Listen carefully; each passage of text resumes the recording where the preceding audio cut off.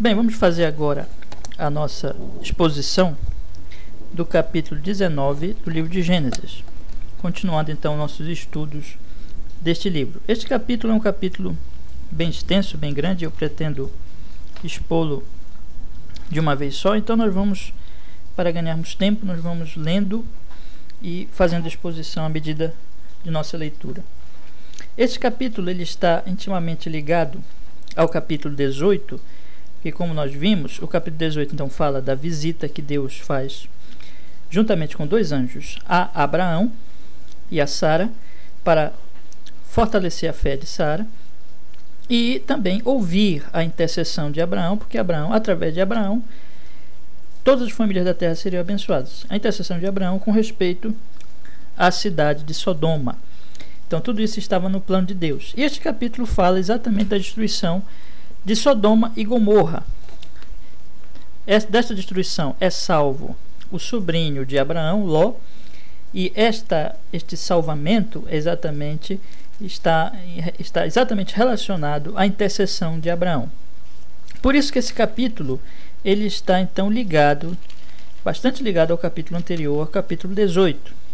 Esse capítulo, nós podemos dizer, o capítulo 19 de Gênesis, é um capítulo em que a sua mensagem central refere-se às terríveis consequências do pecado. É uma história bíblica que nos mostra que o pecado ele é trágico, ele é terrível, ele traz destruição, traz terríveis consequências, tanto a injustos, principalmente a estes, evidentemente, mas também aos justos. Ou seja, o pecado sempre traz prejuízos muito sérios à vida de qualquer pessoa. O pecado ele é uma afronta a Deus. O pecado ele é dizer que Deus não é Deus, é rebeldia a Deus. E nisso está a imundície do pecado, porque ele não é alguma coisa que se dobra a Deus, mas que está contra Deus. Por isso o pecado é tão imundo, é tão sujo, é tão irracional, é tão absurdo, porque o pecado tenta dizer que Deus não é Deus. No entanto, nós observamos que este pecado, então, devido a exatamente isso, ele traz a ira de Deus. Aquela frase muito conhecida, muito falada, de que Deus ama o pecador, mas odeia... Aliás, é isso mesmo. Deus ama o pecador, mas odeia o pecado. É uma frase falsa, porque, na verdade, a Bíblia mostra que Deus odeia o pecado e está irado com o pecador e que trará a destruição a todo pecador impenitente, aquele que não se arrepende. Esta história bíblica, especialmente essa história do capítulo 19, essa destruição de Sodoma e Gomorra, são alertas para nós, são como que placas de advertência a todos os homens, para lembrá-los que se eles não se arrependerem, eles também serão destruídos como Sodoma e Gomorra. Eu quero dizer a você, meu prezado ouvinte, seja você quem for, se você é um pecador impenitente, ou seja, se você é um pecador que não se arrependeu dos seus pecados, que não correu para Cristo como seu único Salvador, você está indo para a destruição, você será condenado, e em breve, muito em breve, Deus estará derramando a sua ira, terrível ira, pesada ira sobre você. A história de Sodoma e Gomorra é um alerta a respeito disso. Nós podemos ler, antes de lermos o próprio texto do Gênesis 19, mas podemos ler para provar o que eu estou acabando de dizer, 2 Pedro, capítulo 2, no verso 5 e 6. Vamos ler a partir do verso 4, né? 2 Pedro, capítulo 2, no verso 4, diz assim a palavra de Deus. 2 Pedro, capítulo 2, verso 4. Ora, se Deus não poupou anjos quando pecaram antes, precipitando-os no inferno, os entregou a abismos de trevas, reservando-os para juízo, e não poupou o mundo antigo, mas preservou a Noé, pregador da justiça, e mais 7 pessoas, quando viu o dilúvio sobre o mundo de ímpios, e reduzindo às cinzas as cidades de Sodoma e Gomorra, ordenou-as à ruína completa, tendo-as posto como exemplo a quantos venham a viver impiamente. Então observe que o texto bíblico diz aqui, mostra que existem alertas de Deus. Esses acontecimentos do passado são alertas de Deus para o presente, para todos os homens que viverem nesse mundo. Todos os homens que viverem impiamente. Quando eles devem lembrar do que aconteceu com os anjos que pecaram, como eles foram condenados ao inferno. Eles devem lembrar do que aconteceu no dilúvio, quando então veio o castigo de Deus em forma de águas, afogando a todos os homens pecadores no dilúvio, salvando apenas Noé. Eles devem lembrar, especialmente desse texto que nós estamos tratando, de Sodoma e Gomorra. E Pedro diz aqui que Sodoma e Gomorra é um exemplo, né? Tendo-as posto como exemplo a quantos venham viver impiamente. Então lembremos disso claramente. Sodoma e Gomorra são como placas de advertência a todos nós, que nos alertam a respeito do fato de que, se nós não nos arrependermos, se nós continuarmos no pecado, assim como caiu a ira de Deus sobre Sodoma e Gomorra, também virá sobre nós. A mesma coisa é confirmada, é nos dito, em Deuteronômio, capítulo 29, no verso 22. Deuteronômio, capítulo 29, no verso 22. Nós lemos, aliás, leamos então no 22, isso mesmo. Deuteronômio, capítulo 29, verso 22.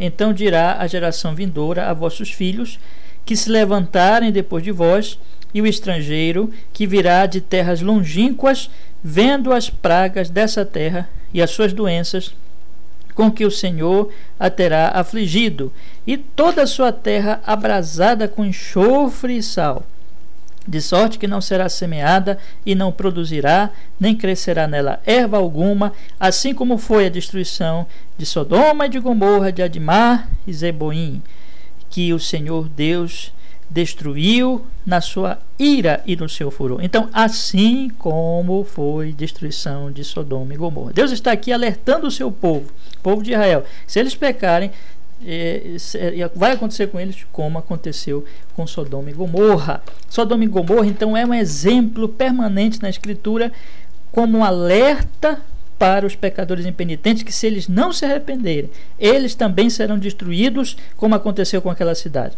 E a você, meu ouvinte, você deve ficar alerta quanto a isso, deve se sentir agora alertado, deve se sentir agora avisado, deve entender muito bem isso, que se você não se arrepender, se você não crer em Cristo, virá a ira de Deus sobre a sua vida em breve.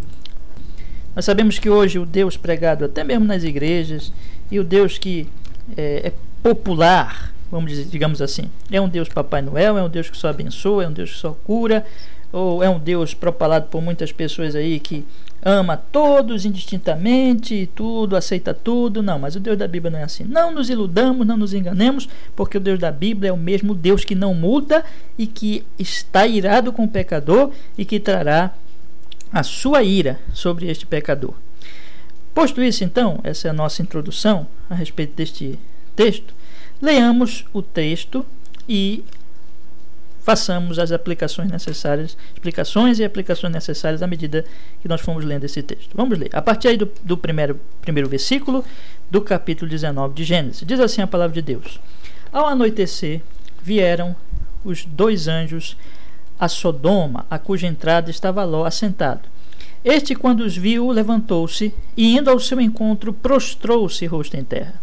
E disse-lhes: Eis agora, meus senhores, vinde para a casa de vosso servo, pernoitai nela, e lavai os pés, levantar-vos-eis de madrugada, e seguireis o vosso caminho.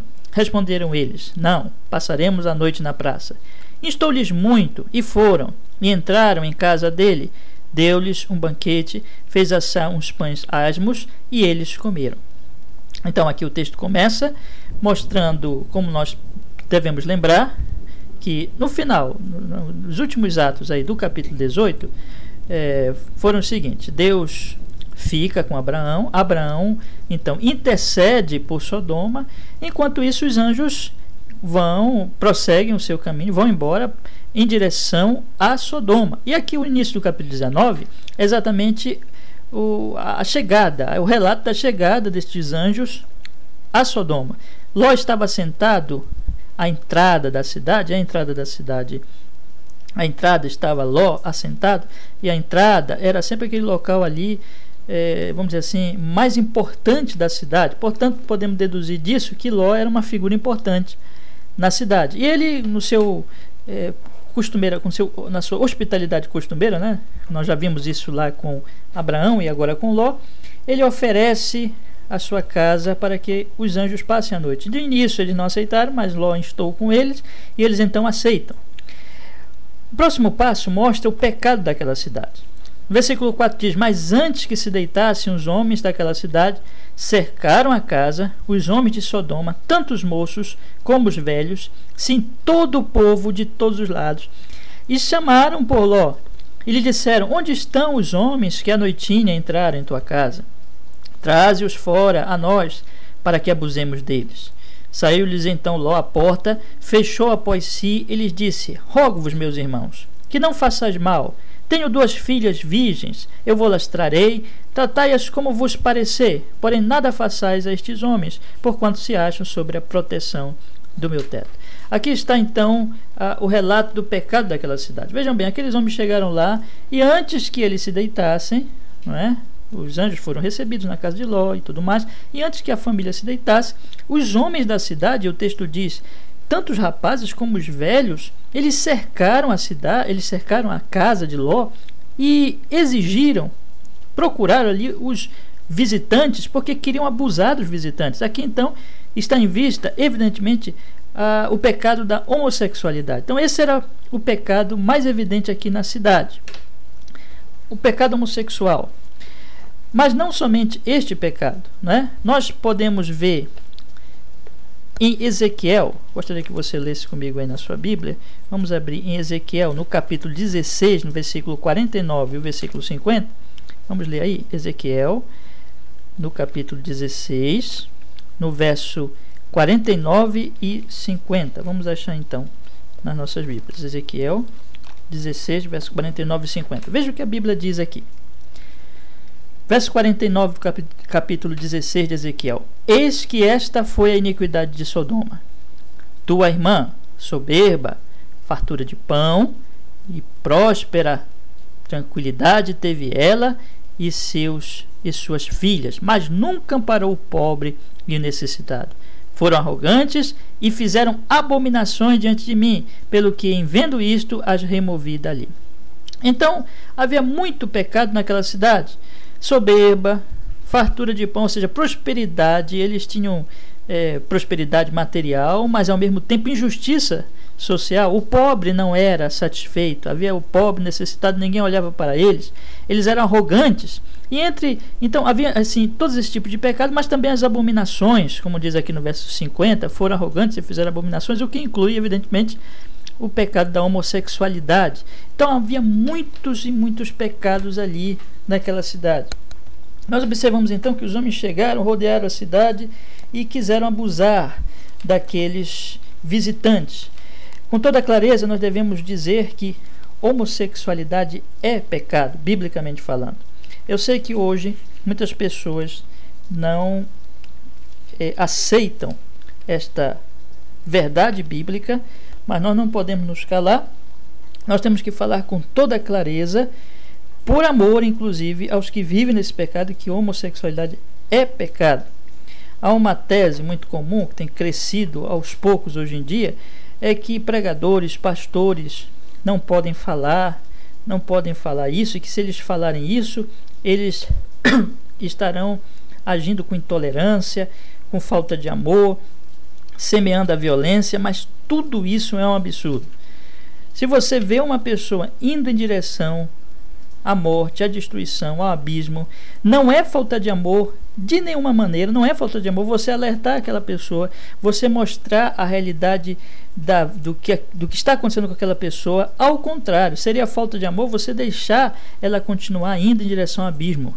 Portanto, quando os pregadores, os genuínos pregadores do Evangelho, dizem que a homossexualidade é pecado, eles não estão agindo com falta de amor, mas com amor. É nossa obrigação alertar as pessoas a respeito desse pecado. E não há cristianismo genuíno onde se diz que isso não é pecado. Ou seja, você não pode levantar a bandeira da homossexualidade, alguém dizer assim, não, a homossexualidade não é pecado, e ao mesmo tempo dizer que é cristão.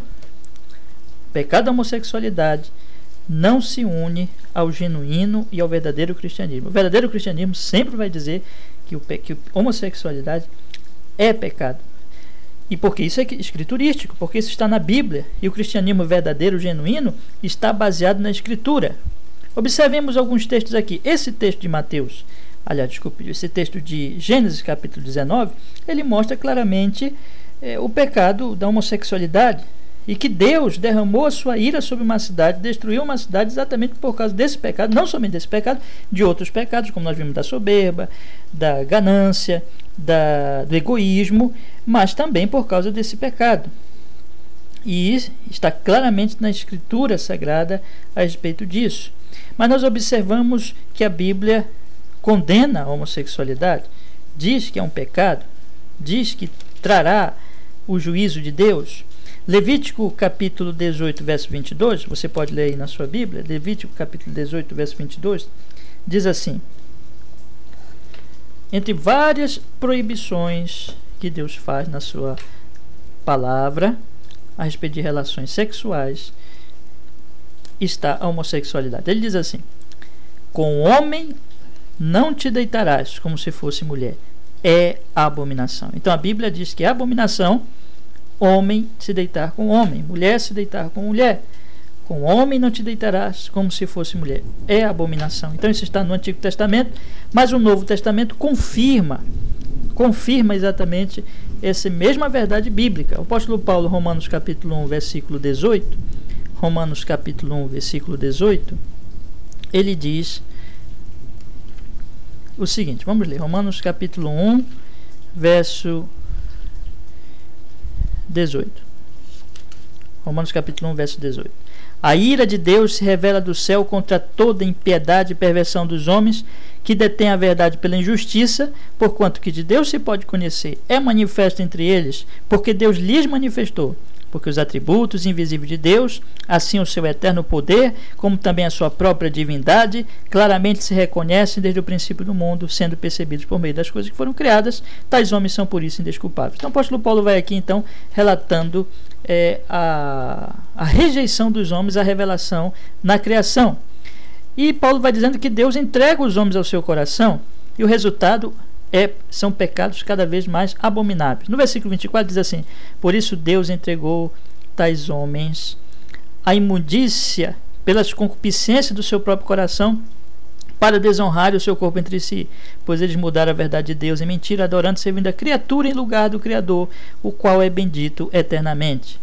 Por causa disso os entregou Deus às paixões infames, porque até as mulheres mudaram o modo natural de suas relações íntimas por outro contrário à natureza.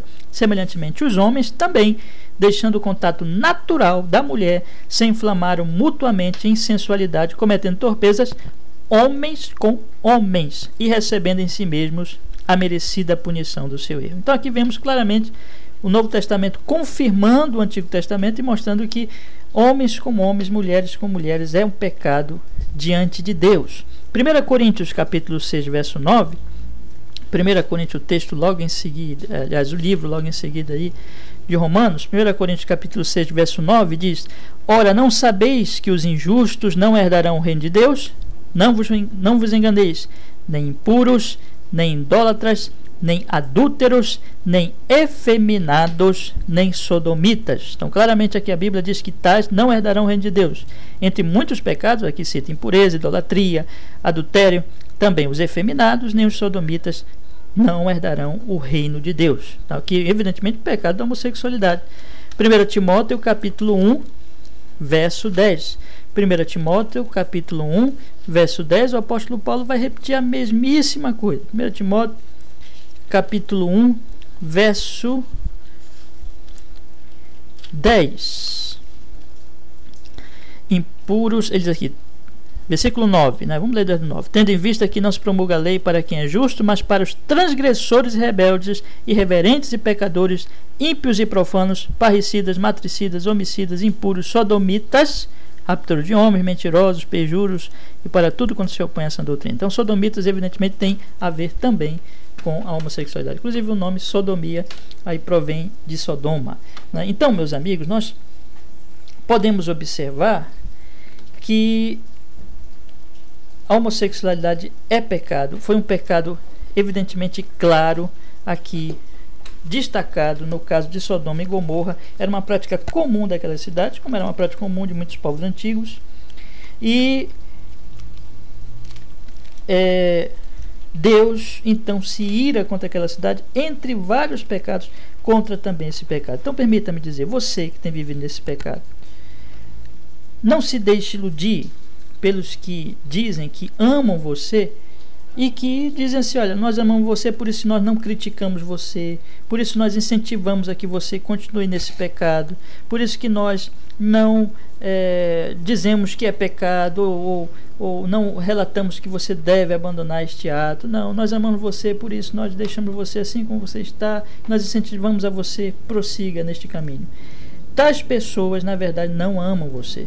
Aqueles que amam você são aqueles que dizem claramente a você que tal ato é pecado, que você está indo para a condenação eterna, não somente por causa desse pecado, por causa de todos os seus pecados, mas também por causa desse pecado, e que você precisa se arrepender. E Sodoma e Gomorra são alertas para todos os pecadores, e de maneira específica, porque este era o caso de Sodoma, para os que vivem no pecado da homossexualidade. Então é por amor. Os que amam são os que dizem que você deve se arrepender e deixar este pecado, porque a ira de Deus está contra os pecadores, e todo pecado, não somente a homossexualidade, mas também a homossexualidade. Isso precisa ser dito claramente.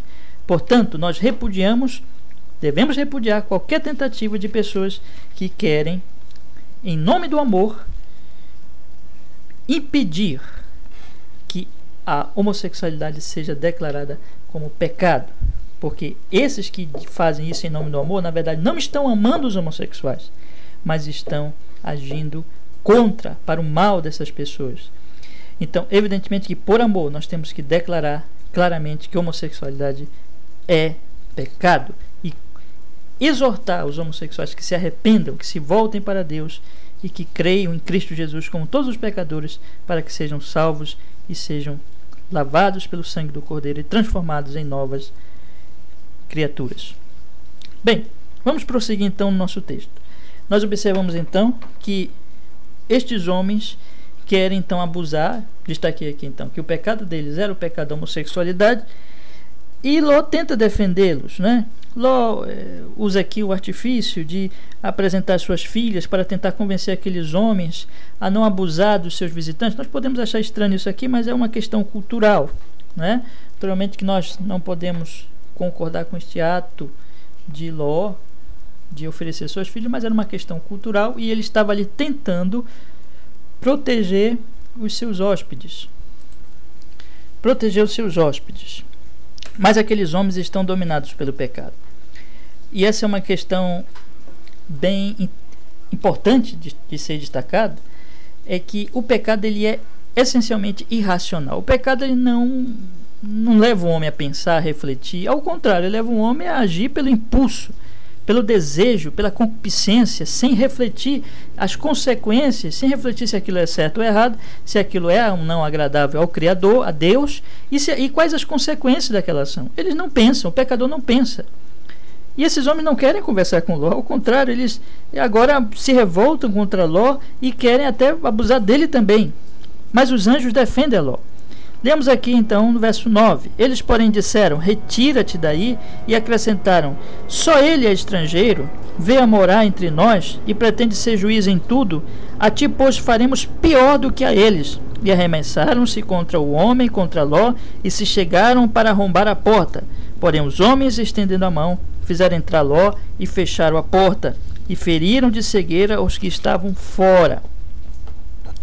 Os que estavam fora, desde o menor até o maior, de modo que se cansaram à procura da porta. Então os anjos aqui protegeram a família, protegeram a Ló e tocaram com a cegueira aqueles homens ímpios. Versículo 12 agora. Então disseram os homens a Ló: tens aqui alguém mais dos teus, genro, teus filhos, tuas filhas, todos quantos tens na cidade? Faze-o sair deste lugar, pois vamos destruir este lugar, porque o seu clamor se tem aumentado, chegado até a presença do Senhor, e o Senhor nos enviou a destruí-lo.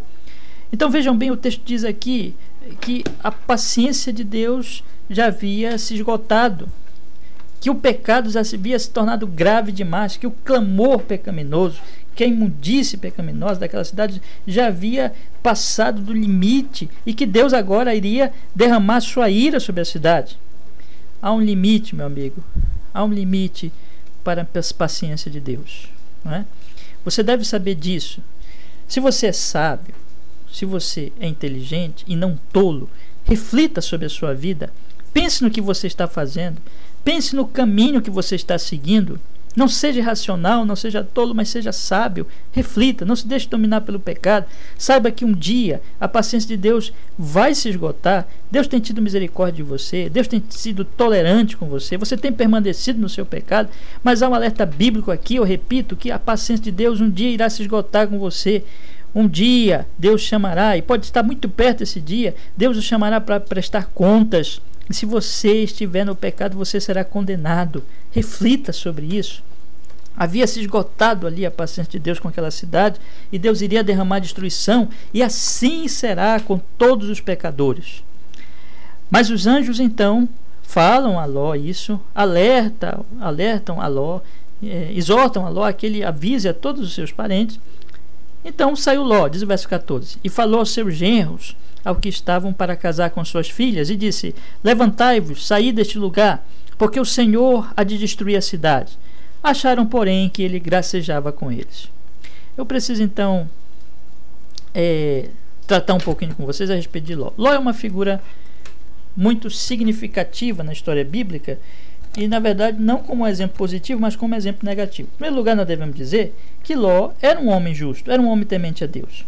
Nós encontramos em 2 Pedro, eu li o texto pertinho desse texto que eu vou ler agora com vocês ainda há pouco, mas vamos ler agora este outro texto. 2 Pedro, capítulo 2, no versículo 7 e 8. Vamos ler o que diz o texto aqui. 2 Pedro, capítulo 2, versículos 7 e 8.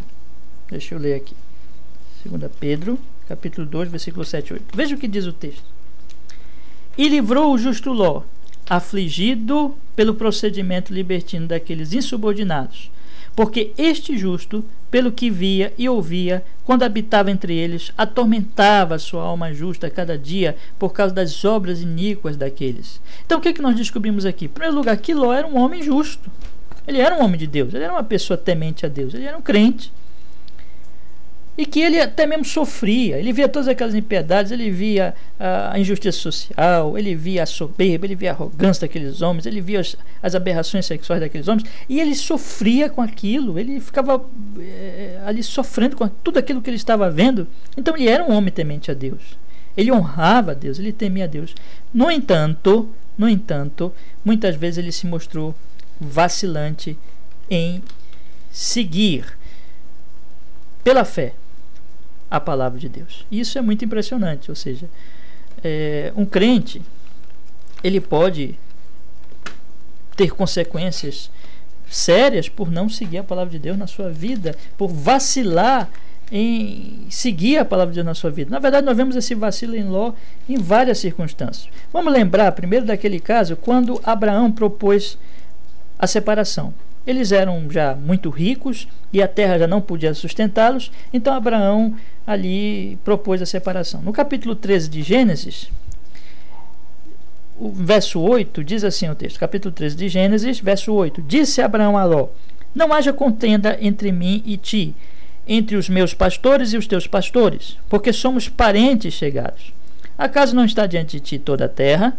Peço-te que te apartes de mim. Se fores para a esquerda, irei para a direita. Se fores para a direita, irei para a esquerda. Levantou Ló os olhos e viu toda a campina do Jordão, que era toda bem regada, antes de haver o Senhor destruído Sodoma e Gomorra, como o jardim do Senhor, como a terra do Egito, como quem vai para Zoar. Então Ló escolheu para si toda a campina do Jordão e partiu para o oriente, separando-se um do outro. Habitou Abraão na terra de Canaã, e Ló nas cidades da Campina, e ia armando as suas tendas até Sodoma. Ora, os homens de Sodoma eram maus e grandes pecadores contra o Senhor. Meus amigos, veja bem, Quando surgiu a questão da divisão, Abrão, não se chamava ainda Abraão, mas Abrão, disse para ele: olha, escolhe, se for para a esquerda, eu irei para a direita, se for para a direita, irei para a esquerda. Qual foi o critério que Ló utilizou para fazer esta escolha? Não foi o critério espiritual, não foi a palavra de Deus, mas foi o material, o visível, a circunstância visível, aquilo que ele estava vendo. Ele olhou e viu que a terra da campina, como diz aqui no versículo 10, levantou os olhos e viu toda a campina do Jordão, que era toda bem regada, como o jardim do Senhor, como a terra do Egito. Ou seja, ele viu que ali era uma terra em que ele poderia prosperar. E ele escolheu aquela terra, então, por critérios apenas critérios materialistas. Ele não olhou para aquela situação com o olhar de um homem crente, realmente, de um homem que confiava na palavra de Deus, mas apesar de ele ser justo, mas ali ele agiu como um homem ímpio. Ele ainda era pecador, ainda tinha a natureza pecaminosa, e essa natureza pecaminosa aqui prevaleceu e fez com que ele então fizesse uma escolha meramente pelos olhos humanos, pelos olhos materialistas, pelo aquilo que ele poderia ganhar em termos material. Mas ele não observou que à medida que ele ia escolhendo aquele local, aquela terra bem regada, ele também ia se aproximando de Sodoma, que não era sem significado, que o texto diz que os homens de Sodoma eram maus e grandes pecadores contra o Senhor. Ou seja, Ló deveria ter observado isso e deveria ter escolhido não pelo critério materialista, mas pelo critério espiritual. Ou seja, é bem verdade que ele poderia ganhar muito, materialmente falando, mas espiritualmente ele estava perdendo. Por quê? Porque ele estava se aproximando de grandes pecadores de Sodoma e Gomorra. A Bíblia diz: as más companhias corrompem os bons costumes. Ele não pensou em si mesmo no aspecto espiritual, mas no aspecto apenas material. Ele não pensou na sua esposa no aspecto espiritual, mas apenas material. Ele não pensou nas suas filhas no aspecto espiritual, mas apenas material. E esse é o grande problema de Ló. Ou seja, o seu vacilo em ver a vida com os olhos espirituais. Tome muito cuidado com isso. Eu posso dar até um exemplo para você, né? Isso fica de aplicação para a sua vida, esse vacilo de Ló. Você pode ser um crente, mas ainda assim vacilar como Ló e ter consequências terríveis, porque Ló teve consequências terríveis desse seu vacilo em seguir a palavra de Deus. Ele sempre se mostrou assim, vacilante, não é? Por exemplo, você pode estar bem colocado, um bom emprego, ganhando bem e tudo, mas de repente aparece um emprego melhor e aparece então um melhor salário. Porém, esse segundo emprego vai te impedir de ir na igreja. Ele vai exigir mais tempo de você, inclusive impedindo que você vá na igreja no domingo, dia do Senhor. Qual critério você deve basear-se para tomar essa decisão? Eu fico nesse emprego ou eu vou para o outro emprego?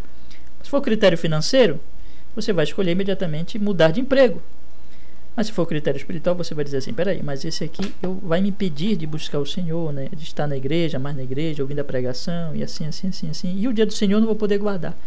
Bom, eu digo para você, baseado na Escritura, que você deveria ficar no primeiro emprego. Esse é um caso bem prático, estou dando só como exemplo, mas para mostrar para você que muitas pessoas, elas deixam de ver a vida, muitos crentes inclusive deixam de ver a vida, é desse que eu estou falando, dos crentes, deixam de tomar decisões pelos critérios corretos, pelos critérios bíblicos, e vacilam em seguir esses critérios bíblicos, se deixando levar pelos critérios meramente materialista, mundano, pecaminoso. E aí vão ter prejuízo na sua vida. O pecado traz sérias consequências, inclusive para o crente que vacila. E isso nós vemos exatamente no exemplo de Ló. Ló é esse exemplo. Então, observamos que Ló, ele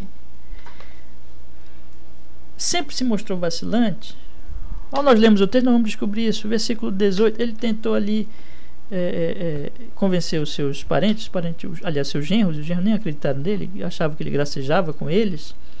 Versículo 15, agora lendo o capítulo 19, no versículo 15, diz assim: ao amanhecer, apertaram os anjos com Ló, dizendo: levanta-te, toma tua mulher e tuas duas filhas, que aqui se encontram, para que não pereças no castigo da cidade.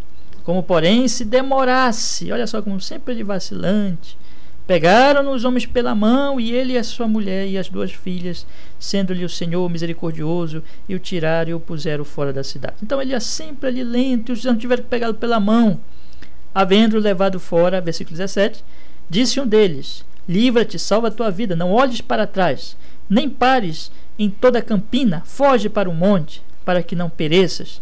Respondeu-lhe Ló: assim não, Senhor meu, eis que o teu servo achou mercê diante de ti, engrandeceste a tua misericórdia, que me mostraste, salvando minha vida. Não posso escapar no monte, pois receio que o mal me apanhe e eu morra. Eis aí uma cidade perto para a qual eu possa fugir, e é pequena. Permita que eu fuja para lá. Porventura não é pequena? E nela viverá a minha alma. Disse-lhe: quanto a isso estou de acordo, para não subverter a cidade de que acaba de falar. Apressa-te, refugia-te nela, pois nada posso fazer enquanto não estiveres chegando lá. Por isso se chamou Zoar o nome da cidade. Então, você observa aqui que Ló era vacilante em seguir a palavra de Deus. Ele sempre estava ali vacilando. Deus mostrava uma coisa e ele vacilando, né? No caso ali da escolha da terra, lá no capítulo 13, ele escolheu pelo critério materialista, não pelo critério da vontade de Deus, aproximando-se de Sodoma. Nesse caso aqui, quando os anjos falam a ele o que vão fazer, mesma coisa, ele fica ali, os anjos têm que pegá-lo pela mão, porque parece que ele estava devagar demais, né? Receoso, vacilante para sair imediatamente, assim devagar, e os anjos iriam destruir a cidade, então os anjos têm que pegá-lo pela mão. Mostra o vacilo dele. Quando os anjos dizem foge, ele diz: não, mas deixa eu ficar aqui nessa cidade porque é pequena e tudo, e os anjos condescendem, o Senhor condescende com ele, permite. Então sempre ele estava vacilando no que diz respeito a seguir a vontade de Deus na sua palavra. Isso é muito perigoso, isso é muito ruim. Eu deixo esse alerta para você, né? Cuidado, isso sempre trará prejuízos graves. O crente, ele deve ser resoluto, firme, determinado, confiante, perseverante no caminhar. Ló foi salvo pela graça, mas ele é um exemplo muito negativo para todos nós que não devemos seguir. Não devemos seguir. Era justo, foi salvo e tudo, mas é um exemplo negativo no aspecto do seu vacilo. E nós não devemos seguir este exemplo. Nós devemos, com firmeza, andar no caminho da palavra de Deus. Ele teve prejuízos, né? O grande pastor anglicano J.C. Ryle, ele, no seu livro sobre santidade, no capítulo em que ele fala de Ló, permitam-me ver aqui, no capítulo 9, o capítulo com o nome de Ló, um sinal de alerta. Aliás, eu incentivo muito a todos os ouvintes a fazerem uma leitura deste capítulo do livro Santidade sem a qual ninguém verá o Senhor, de J.C. Ryle, capítulo 9, Ló, um sinal de alerta. Então, Ryle, ele trata com muita propriedade essas características de Ló. Vocês deveriam ler neste capítulo para terem mais informações a respeito disso. E é realmente impressionante as consequências que ele teve, né? Ele não conseguiu influenciar a sua família, a sua mulher acabou perdendo-se na sua alma, os seus genros ele não conseguiu influenciar, as suas filhas tomaram aquela atitude terrível de se deitar com ele, né? E ele acabou numa caverna. Quer dizer, tudo aquilo que ele buscou longe de Deus foi só prejuízo para a sua vida, para a sua alma, para a sua família. Alerte-se quanto a isso, meu amigo. Seja firme, seja resoluto, seja firme na palavra de Deus, e assim você estará no caminho seguro. E o fato, meus ouvintes, é que entra aí outra personagem desta história. No verso 23 diz: saía o sol sobre a terra quando Ló entrou em Zoar. Então fez o Senhor chover enxofre e fogo da parte do Senhor sobre Sodoma e Gomorra, e subverteu aquelas cidades, e toda a campina, e todos os moradores da cidade, e o que nascia na terra. Então ali o Senhor, antes de eu falar dessa outra pessoa, relembremos, Deus destruiu Sodoma e Gomorra. Deus destruirá a todos os pecadores impenitentes. Deus vai destruir a você. Eu digo isso solenemente, se você não se arrepender. Não se deixe levar pela ideologia moderna que não permite que Deus seja visto como aquele que derrama a sua ira sobre o pecador. O Deus da Bíblia não mudou. Não importa que os homens não gostem dessa visão de Deus, não importa que os homens achem que essa é uma visão equivocada, antiquada e que não combina com a modernidade, com o mundo globalizado, com a novo tipo de vida e todas essas coisas. Isso não interessa. A Bíblia não muda de acordo com o pensamento dos homens. A Bíblia, ela tem um ensino claro a respeito de quem é Deus, e Deus é um Deus que odeia o pecado. Deus destruirá todo aquele que não se arrepende, como destruiu Sodoma e Gomorra. Então fez o Senhor sofrer enxofre e fogo da parte do Senhor sobre Sodoma, e fará o mesmo com você se você não se arrepender. Ó pecador, alerte-se quanto a isso. Arrependa-se e crê em Cristo. E é um exemplo aqui, não só de Sodoma e Gomorra, mas desta mulher Ló. O verso 26 diz: e a mulher de Ló olhou para trás e converteu-se numa estátua de sal. Ora, vejam só que no versículo 17 os anjos haviam dito que eles disseram: não olhes para trás. Mas ela olhou para trás e foi convertida numa estátua de sal. Ela morreu e perdeu-se, foi para o inferno. E assim, ainda há pouco eu falei do livro A Santidade. Eu incentivo você também a ler sobre o capítulo deste mesmo livro sobre esta mulher, não é? Faça isso, é o capítulo 10, uma mulher para ser relembrada. O Senhor Jesus Cristo nos exortou a nos lembrarmos dessa mulher. Vamos ver aqui Lucas 17, versículo 20. Lucas 17, versículo 20. Abra a sua Bíblia aí comigo, Lucas 17, versículo 20. Olha o que a Bíblia diz. Lucas 17, 20. Interrogado pelos fariseus sobre quando viria o reino de Deus, Jesus lhe respondeu: não vem o reino de Deus com visível aparência, nem dirão ei-lo aqui ou lá está, porque o reino de Deus está dentro de vós. A seguir dirigiu os seus discípulos: virá o tempo em que desejareis ver um dos dias do Filho do Homem, não o vereis. E vos dirão: ei-lo aqui ou lá está, não vades nem o sigais, porque assim como o relâmpago fuzilando brilha de uma outra extremidade do céu, assim será no seu dia o Filho do Homem. Então Jesus está falando da sua volta para o julgamento dos homens. Aí ele continua falando: mas importa que primeiro ele padeça muitas coisas e seja rejeitado por esta geração, assim como foi nos dias de Noé. E olha aqui que agora ele começa a dar exemplo. Então Jesus está falando da vinda do juízo, e Jesus começa a olhar para o passado. Como nós temos dito, na Bíblia, esses eventos de juízo, como a queda dos anjos, o dilúvio e Sodoma e Gomorra, e o que aconteceu com a mulher de Ló, são placas de advertência que nos alertam que isso vai acontecer conosco se nós também persistirmos no pecado, se nós não nos arrependemos. Vai acontecer com você que está me ouvindo. Olha o que Jesus diz aqui. Importa, versículo 26, assim como foi nos dias de Noé, será também nos dias do Filho do Homem. Ou seja, quando o Senhor voltar, vai ser a mesma coisa. Como é que era no dia de Noé? Preste atenção nesses verbos. Versículo 27, comiam, bebiam, casavam, davam-se casamento, até o dia em que Noé entrou na arca. E veio o dilúvio e destruiu a todos. Ao mesmo aconteceu nos dias de quem? Ló. Comiam, bebiam, compravam, vendiam, plantavam e edificavam. Mas no dia em que Ló saiu de Sodoma, choveu do céu fogo e enxofre e destruiu a todos. Assim será no dia em que o Filho do Homem se manifestar.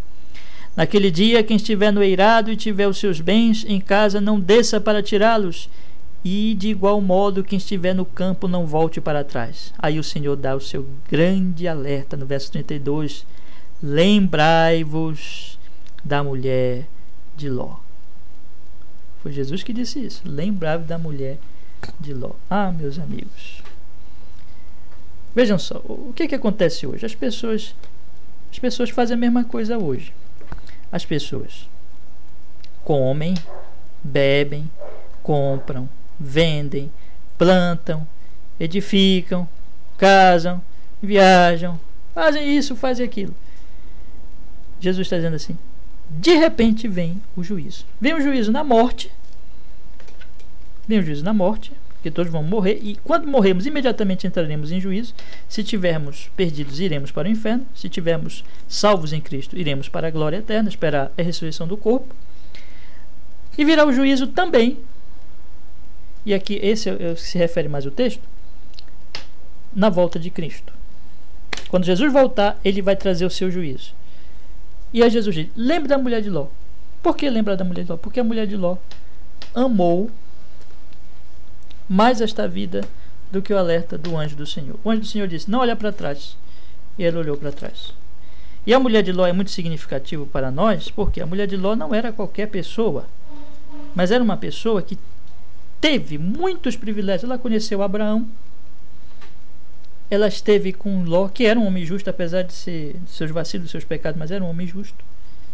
Ela ouviu então a palavra de Deus, teve conhecimento das revelações de Deus através de Abraão, mas ela não aproveitou nada disso. Ouça bem você, se você é alguém que não vai em nenhuma igreja, você está numa situação muito arriscada, muito perigosa. Se você não ouve a palavra de Deus, se você nem pensa nas coisas de Deus, você está numa situação muito arriscada. Se você não medita, não ouve na Escritura, não medita na Escritura, você está numa situação arriscadíssima. Mas você que vai numa igreja séria, que prega o evangelho genuíno, mas também não aproveita, não crê, não se arrepende, também você está em risco iminente como a mulher de Ló. Lembra-te da mulher de Ló, ouvinte. Você que apenas ouve a pregação, mas não converte-se, não crê no evangelho, não se arrepende, não se volta para Deus. Lembre da mulher de Ló e creia e arrependa-se dos seus pecados e confie em Cristo de uma vez como seu Senhor, como seu Salvador. Que isso seja um alerta para nós. Jesus disse, não sou eu que estou dizendo, não é outro qualquer que está dizendo, é Jesus disse, lembre da mulher de Ló. Ela olhou para trás, apesar de todos os privilégios que ela teve, ela perdeu a sua alma, está no inferno, perdeu-se. Mas ouçam bem, por que ela olhou para trás? Por que ela olhou para trás? Não podemos afirmar com toda a certeza, mas temos alguns indícios. Como eu disse para vocês, Ló possivelmente era alguém importante na cidade. Ló tinha riquezas e poder na cidade. Então ela olhou para a cidade talvez com aquela saudade do que ela estava perdendo, não é? Em vez de ela pensar na sua própria alma, em vez de ela valorizar a sua alma, e acima disso, em vez de ela valorizar a Deus, a palavra de Deus, a vontade de Deus, ela valorizou a sua riqueza, ela valorizou o seu poder, ela valorizou as coisas que ela tinha na cidade junto com seu marido. Ela olhou para trás. E muitos estão fazendo isso. Muitos estão comendo, bebendo, casando-se e pensando só nesta vida e não pensando na eternidade. Você é um desses, ouvinte? Reflita, pense. Jesus diz a você, Jesus diz a nós, lembre da mulher de Ló. Lembre. Não esqueça daquele exemplo terrível para todos nós. Mas é um exemplo que está na Escritura. Não esqueça de Sodoma, não esqueça de Gomorra, não esqueça da mulher de Ló, não esqueça do dilúvio, não esqueça dos anjos que caíram e estão condenados para sempre ao inferno. Não esqueça. Mas o Evangelho é a boa nova. E o texto diz no verso 27, tendo-se levantado Abraão de madrugada, foi para o lugar onde estivera na presença do Senhor, e olhou para Sodoma e Gomorra e para toda a terra da campina, e viu que da terra subia a fumaça com a fumarada de uma fornalha, ao tempo que destruía as cidades da campina. Ouçam bem, aqui está escrito agora aqui. Lembrou-se Deus de Abraão e tirou a Ló do meio das ruínas, quando subverteu as cidades em que Ló habitara. Isso é maravilhoso. No meio de tanto pecado, de tanta morte, de tanta destruição causado por essa coisa imunda, terrível que é o pecado, mas aqui vemos a graça de Deus. Aqui vemos o resultado da oração de Abraão. Aqui vemos que Abraão ter intercedido. Aqui vemos que Deus lembrou-se de Abraão e por isso tirou a Ló do meio das ruínas. Aqui vemos a ação graciosa de Deus em salvar aquele que era dele do meio do fogo da perdição eterna, Ló. E essa é a graça de Deus. Se você se voltar para Cristo, se você crer no Evangelho, você também será salvo. No meio de toda destruição há graça. Por isso que o Evangelho não é a notícia ruim. Eu não estou aqui para anunciar o inferno, simplesmente a condenação. Eu estou aqui sim para dizer a você que se você permanecer, você vai sim para o inferno e que Deus está irado com você e a ira será derramada muito em breve. Mas não é só isso que eu estou para anunciar, mas também para dizer que há graça. Se você se voltar para Deus, se você crer no Evangelho, você será salvo. A graça de Deus no meio da destruição sempre há. Deus tira um povo do meio do fogo, tira os seus do meio do fogo. E a outra lição aqui importante, assim como Ló intercedeu, como Abraão intercedeu e Ló foi salvo. Lembre-se, meu querido irmão, você que tem parentes, amigos, familiares que estão nesse mundo, que estão se perdendo, lembre-se que você também deve interceder por eles. Ore, clame, suplique a Deus. Muito pode a oração do justo em seus efeitos. E para finalizarmos esta exposição, leamos os últimos trechos. Esse último trecho é mais uma demonstração da consequência dos vacilos de Ló.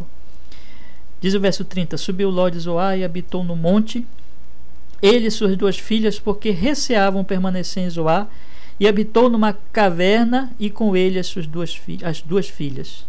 É interessante que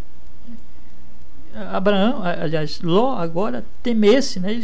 Ele e suas filhas recearam permanecer em Zoar, se ele mesmo tinha pedido aos anjos que ficassem em Zoar, não é? Então vemos mais uma vez aqui os vacilos de Ló. Mas observe, amigos, Ló, que tinha tanta riqueza que teve que se separar de Abraão por causa da sua riqueza, onde ele acaba? Ele acaba numa caverna e numa coisa terrível dessa, em que as suas filhas se deitam com ele, têm relações sexuais com ele para gerar descendente. Diz o texto 31, versículo 31: Então a primogênita disse à mais moça: Nosso pai está velho, não há homem na terra que venha unir-se conosco, segundo o costume de toda a terra. Vem, façamo-lo beber vinho, deitemos com ele, conservemos a descendência de nosso pai. Naquela noite, pois, deram a beber vinho a seu pai, e entrando a primogênita se deitou com ele, sem que ele notasse, nem quando se deitou, nem quando se levantou. No dia seguinte disse a primogênita mais nova: Deitei-me ontem à noite com meu pai, demos-lhes a beber vinho. Também esta noite, entra e deita-te com ele, para que preservemos a descendência de nosso pai.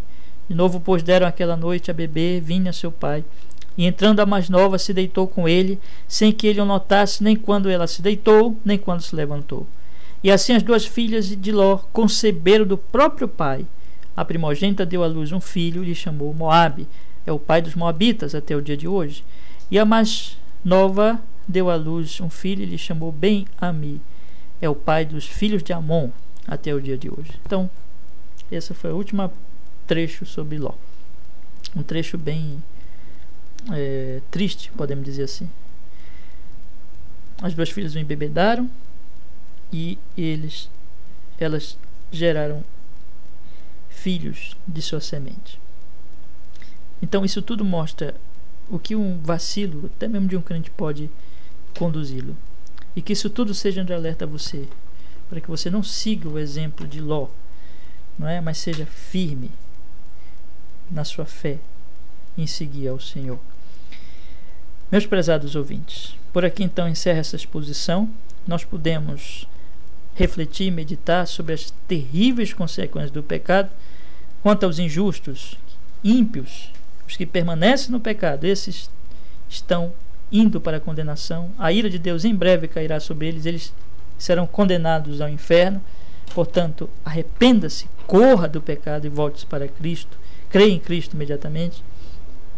Quanto ao pecado dos crentes, cuidado, é um alerta também para que o crente não vacile, porque apesar de que a graça de Deus está sobre o cristão e ele será salvo, não é? Pela graça, mas o pecado do crente trará também consequências sobre a sua vida.